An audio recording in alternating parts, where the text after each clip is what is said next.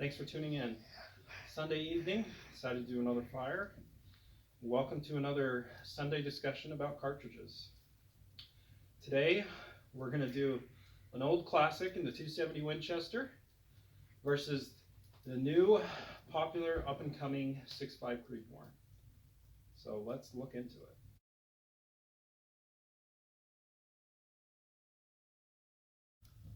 So let's start with the new kid on block, the 6.5 Creedmoor. 6.5 Creedmoor is a 6.5 millimeter cartridge that was developed by Hornady in 2007 and released in 2008. It was developed to be a long precision range cartridge, and it does very well at it. Some of people's favorite bullets that come from the 6.5 Creedmoor, I'll turn a few pages, is the 143 grain ELDX and the 140 grain ELD match. These bullets shoot extremely flat, have pretty decent velocity. So as you can see, you can get this going 2,800 feet per second, which isn't too bad. And as I said, it's a great rifle, especially good for deer, and really great for the range. As you can see, look at the BC on these bullets. ELDX 0.623. It's pretty incredible what this gun can do. Now, the classic 270 Winchester. It's really just a neck down 30-06 casing to a .277 bullet. It was created in 1925 by Winchester, and it was really popularized by the great Jack O'Connor, who really loved the round. This 270, it's really just your great all-around rifle that can take deer, elk, really anything in the lower 48.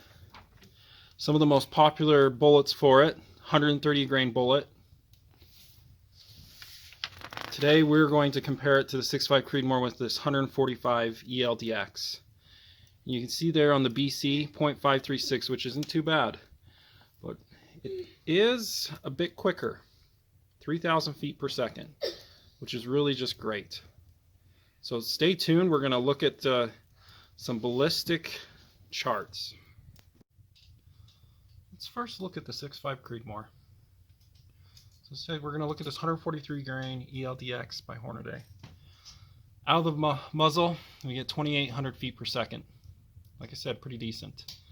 That energy is 2490 foot-pounds. And the recoil is 14, which is pretty darn light. Hence why it's so popular. It's really an efficient cartridge. So let's look downrange. Now this is zeroed at 100 yards. I know most of you hunters aren't going to zero at 100, mostly 250 or 300. But we're just doing it at 100 right now.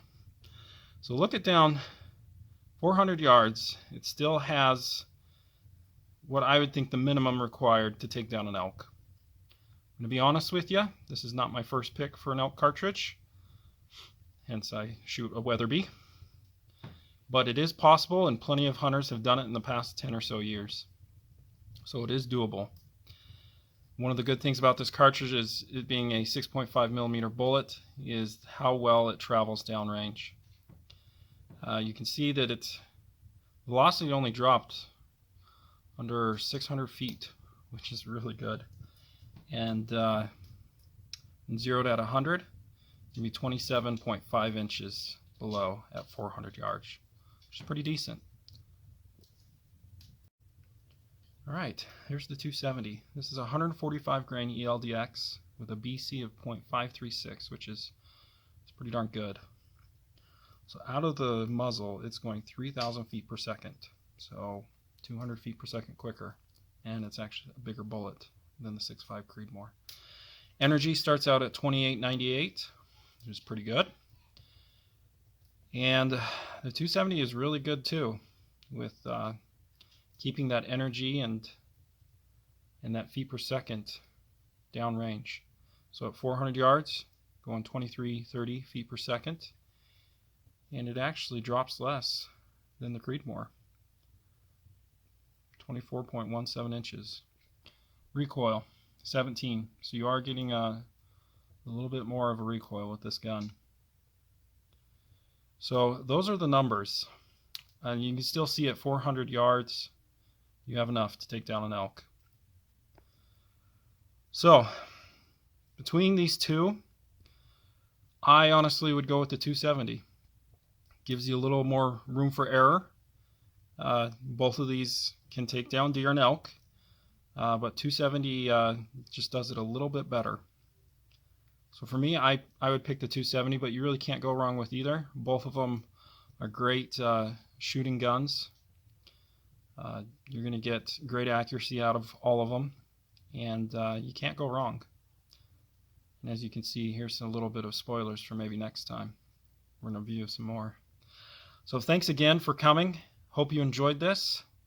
And let me know what bullets, or cartridges, excuse me, you want to see reviewed next. Thanks.